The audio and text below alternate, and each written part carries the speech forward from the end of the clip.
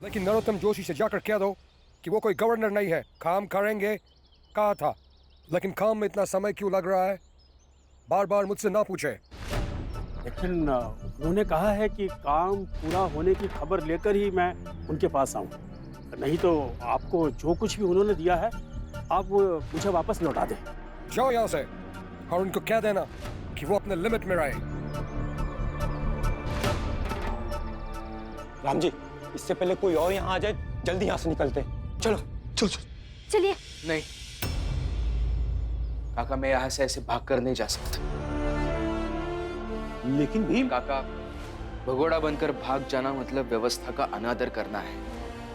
हम सबको पता है कि ये व्यवस्था गलत है, इसलिए इसके खिलाफ लड़ना, इसके खिलाफ आवाज उठाना, व्यवस्था बदलने की कोशिश करना सही है। लेकिन ऐसे यहां से भागकर व्यवस्था का अनादर करना मुझे सही नहीं लग रहा है। इसका मतलब हम गलत हैं? नहीं नहीं, ऐसा मत सोचिए आप। आपकी लड़ाई अलग है तो आपका भागना भी सही हो सकता है, लेकिन मुझे व्यक्तिगत तौर पर भाग जाना सही नहीं लग रहा है। लेकिन भीम, अभी मौका मिला, यहाँ से निकल चलते, वरना ये लोग हम लोगों के साथ ना जाने क्या कर देंगे। काका हद है आपके तो। ये हम सब अपनी जान मुसीबत में डाल के आपको बचाने आए हैं और आप अपने उसूलों को लेके बैठे हैं। हाँ रमा, क्योंकि उसूलों से बड़ा कोई नहीं होता, खुद व्यक्ति भी नहीं। मेरे पति पढ़ते हैं और वो हमेशा अपनी जात और अपनी जात की शिक्षा के बारे में बात करते हैं। ये भीमराव अलग किस्म का है। ये एक ना एक दिन अपनी जात का नायक होगा और दुनिया इसे इन्हीं उसूलों के लिए याद करेगी। Hands up! चलो पीछे, पीछे चलो, पीछे चलो, पीछे जाओ।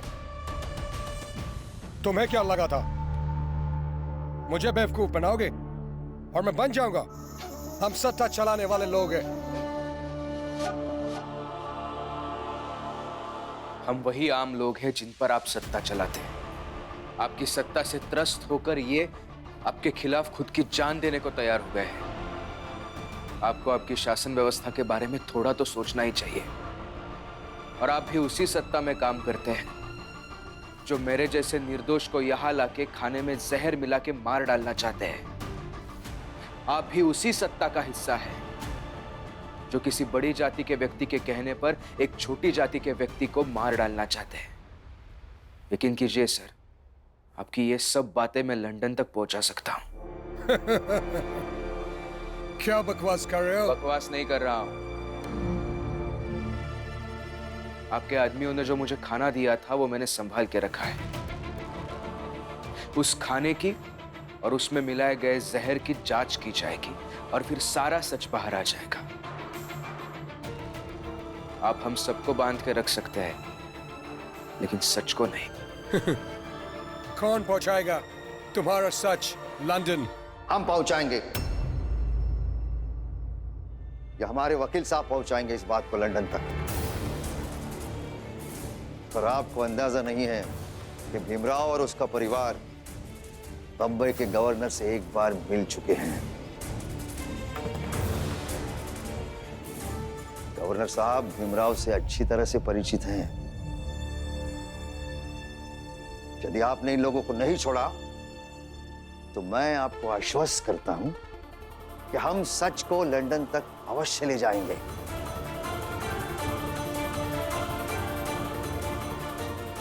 छोड़ दीजिए इन सबको, नहीं तो ये बात गवर्नर साहब तक पहुंच जाएगी और आपको आपकी नौकरी से हाथ धोना पड़ेगा।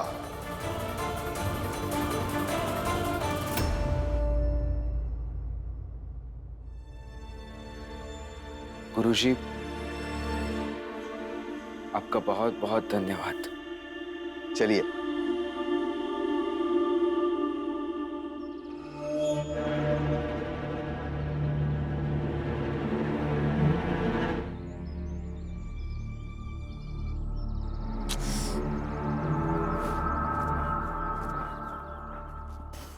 आराम से नींद पूरी हो गई ना?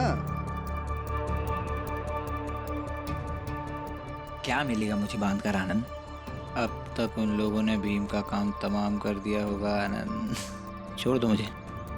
कोई बात नहीं, तुम्हें ऐसे बंधे देखकर हमें बहुत अच्छा लग रहा है, खुशी मिल रही है। और जोशी जी, अगर मेरे भाई और रमा को कुछ हुआ ना तो आपको मैं नहीं छोड़ूंगा।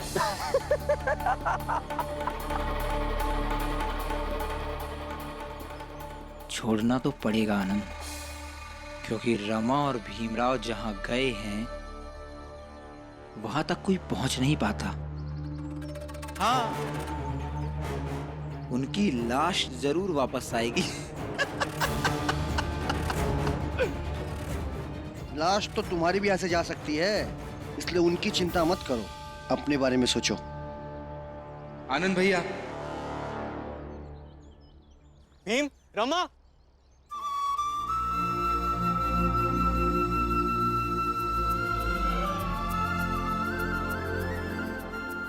ठीक हो ना तुम दोनों?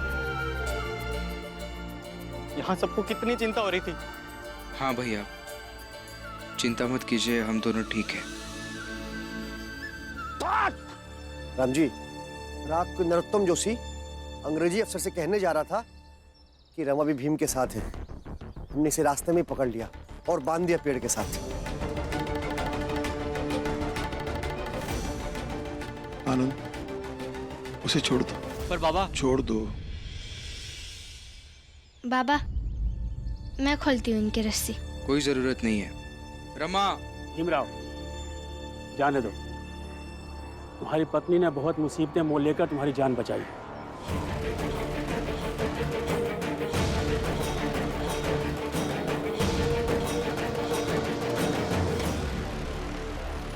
मुझे मालूम है वो वहां जाकर उससे क्या कहेगी। कहने दो। तुम बहुत किस्मत वाले हो जो तुम्हें ऐसी पत्नी मिली। पति से तो अक्सर पत्नियां प्यार करती हैं, लेकिन अपने पति की जान बचाने के लिए अपनी जान दांव पे लगाने वाली रमाबाई कोई कोई होती है। जी।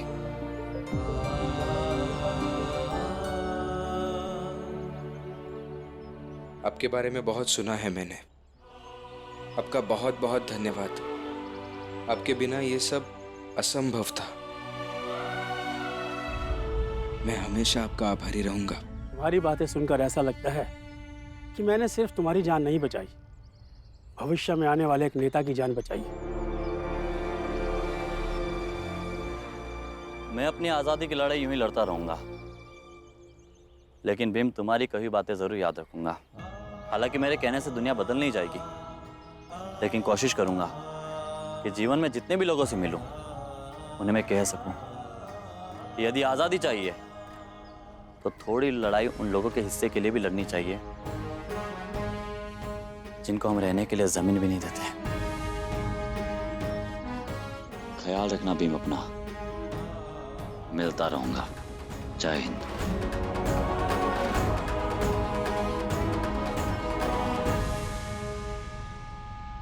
कहा था ना आपसे, मेरे पति को कुछ नहीं होगा, मैं बचाऊंगी उन्हें। बस एक बार और दुहार देती हूँ, मेरे पति के चक्कर में रहेंगे तो जीवन भर परेशान रहेंगे। पछताओगे तुम सब।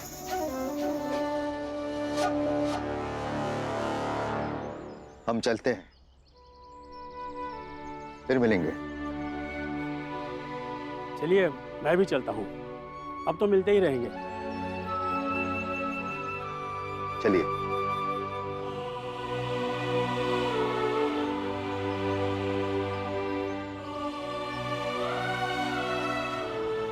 रमा, अभी शिंदे जी बोल रहे थे कि मैं बहुत किस्मत वाला हूं जो मेरे पास तुम्हारे जैसे पत्नी है। सच में रमा, तुम्हारा बहुत बहुत धन्यवाद। नहीं चाहिए आपका धन्यवाद। आपके लिए तो आपकी पत्नी से ज्यादा जरूरी आपकी उसूल है ना। उस उसूल के चक्कर में आप अपनी जान भी दे सकते हैं, लेकिन आप ये नहीं देखेंगे कि आपको कुछ हो गया तो आपकी इस रमा की क्या हालत हो जाएगी। जीते जी मर जाएगी वो। आप बस अपने उसूल संभालिए। नहीं रमा, ऐसा नहीं है। उसूल संभाले मैंने, लेकिन वह रास्ता भी तो निकाला ना। अपने उसूलों के साथ व्यक्ति हर मुसीबत से निकलने का रास्ता ढूंढ सकता है। उसूलों के साथ साथ हालात को भी देखकर अपने लोगों के हितों को समझकर फैसले लेने चाहिए। लेकिन ऐसे कठिन परिस्थितियों में और स्वार्थ के समय में ही तो उसूल की असली परख होती है रमा। ठीक है, आप सही है और मैं गलत हूँ। सुनो तो रमा।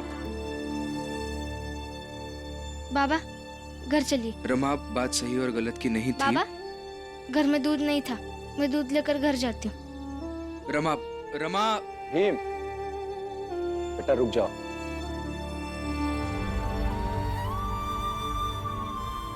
देखो, मुझे पता है कि तुम रमा को समझा दोगे, लेकिन रमा को समझाने की जरूरत नहीं है। बेटा, तुम इस तरह से सोचो कि इतनी मुसीबत और दिक्कतों के बाद भी रमा तुम्हें छुड़ाने के लिए आई, और तुमने उससे क्या कहा था? इसलिए बेटा, मेरी नजर में रमा बिल्कुल ठीक है। पुरंजन, भीम अपनी जगह सही है।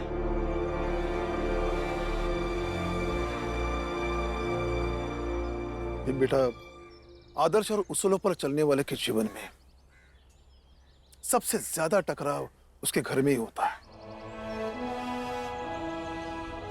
और कई बार उसके घर वाले भी सही होते हैं। और मुश्किल बात यह है, जब दो सही के बीच टकराव होता है तो सही गलत के बीच जो फर्क होता है वो फर्क नहीं बच पाता। लेकिन बेटा, बहादुरी इसी में है कि उस बारीक फर्क को समझते हुए अपने उसूलों पर चलते रहो। और भीम बेटा, तुम जीवन भर चलते रहना। क्या है ना बेटा, बड़ी शख्सियत बनने के लिए बड़ी कीमत भी चुकानी पड़ती है।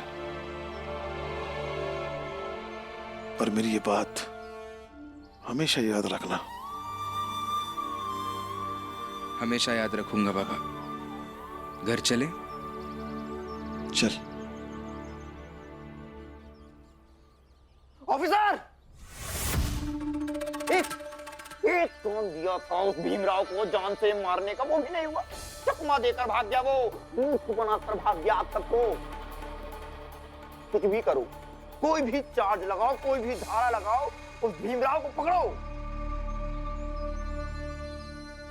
ऐसे मनहूसों की तरह शांत के बैठे हैं। इतने देर से मैं बोल रहा हूं, इतने पैसे खिलाए हैं, भर भर के पैसे। Shut up! नौकर नहीं है हम सब तुम्हारे, नौकर तुम इंडियंस हो हमारे। और जानते हो, हम अंग्रेज मुट्ठी भर हैं, फिर भी तुम सारे इंडियंस को हमने कैसे गुलाम बना रखा है? वो इसलिए क्योंकि तुम इंडियंस अपने ही देश के लोगों के दुश्मन हो, उन्हें मरवाने के लिए अपने पैसों का इस्तेमाल करते हो। शर्म आनी चाहिए तुम्हें खुद पर। जाओ यहां से और दोबारा कभी मत आना।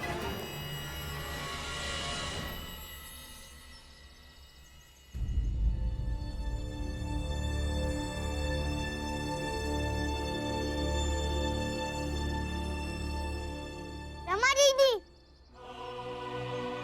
रमा दीदी आ गए, रमा दीदी आ गए। रमा दीदी, जीजा जी कहाँ है?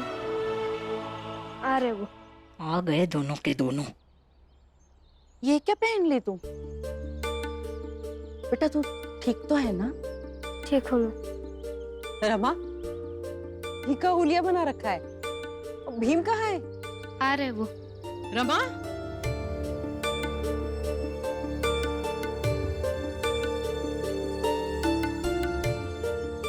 रमा, तू ठीक तो है ना बेटा?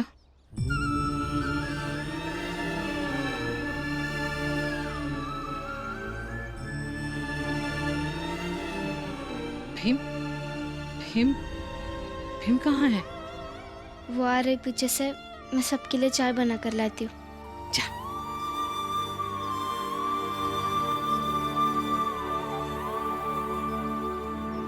आई, हम चाहे जो भी कर ले, भीमबाऊ और रमा सुरक्षित वापस आ ही जाते हैं।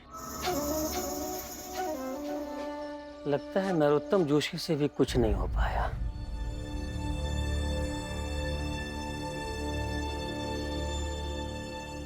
भीम,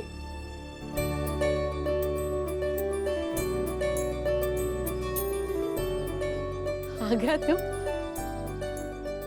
तू ठीक तो है ना बेटा?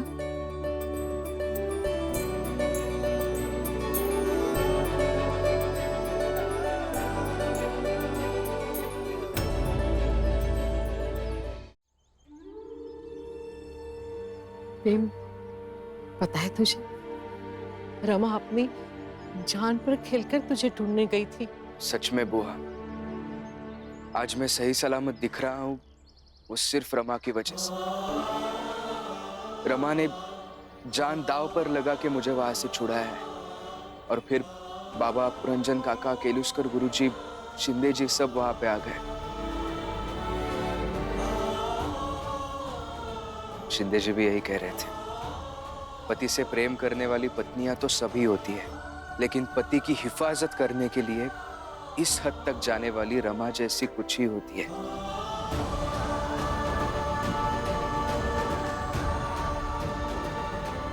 एक बार क्या, जीवन भर आपके लिए अपनी जान को दांव पर लगाती रहूंगी,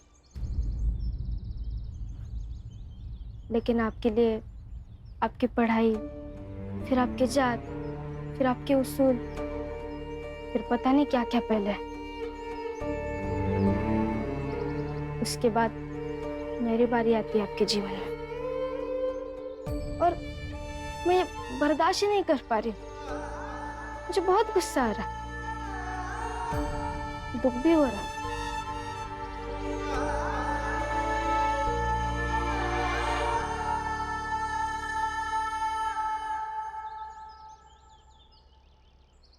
ज्यादा खुश होने की जरूरत नहीं है।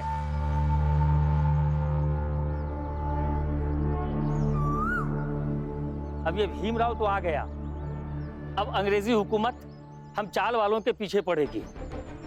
अब सब अपनी अपनी जान बचाने के बारे में सोचो।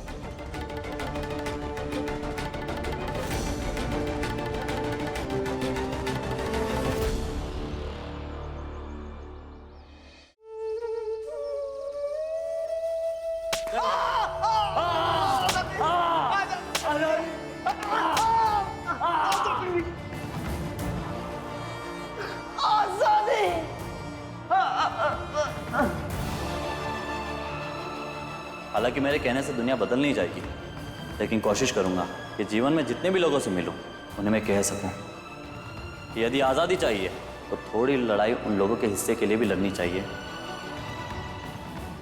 जिनको हम रहने के लिए ज़मीन भी नहीं देते हैं।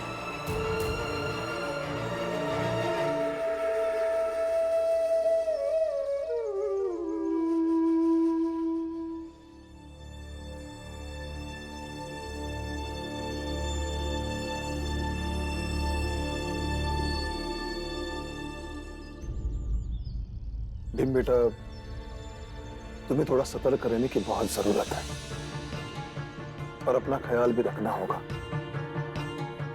कि तुम अंग्रेजी हुकूमत और क्रांतिकारियों के संघर्ष में फंस न जाओ और यही कई उलझ के तुम अपनी यात्रा खत्म न कर दो।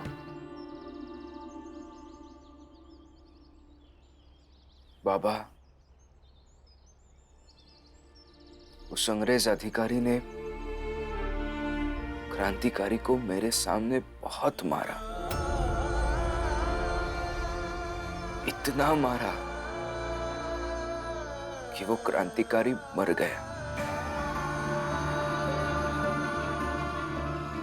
लेकिन मरते दम तक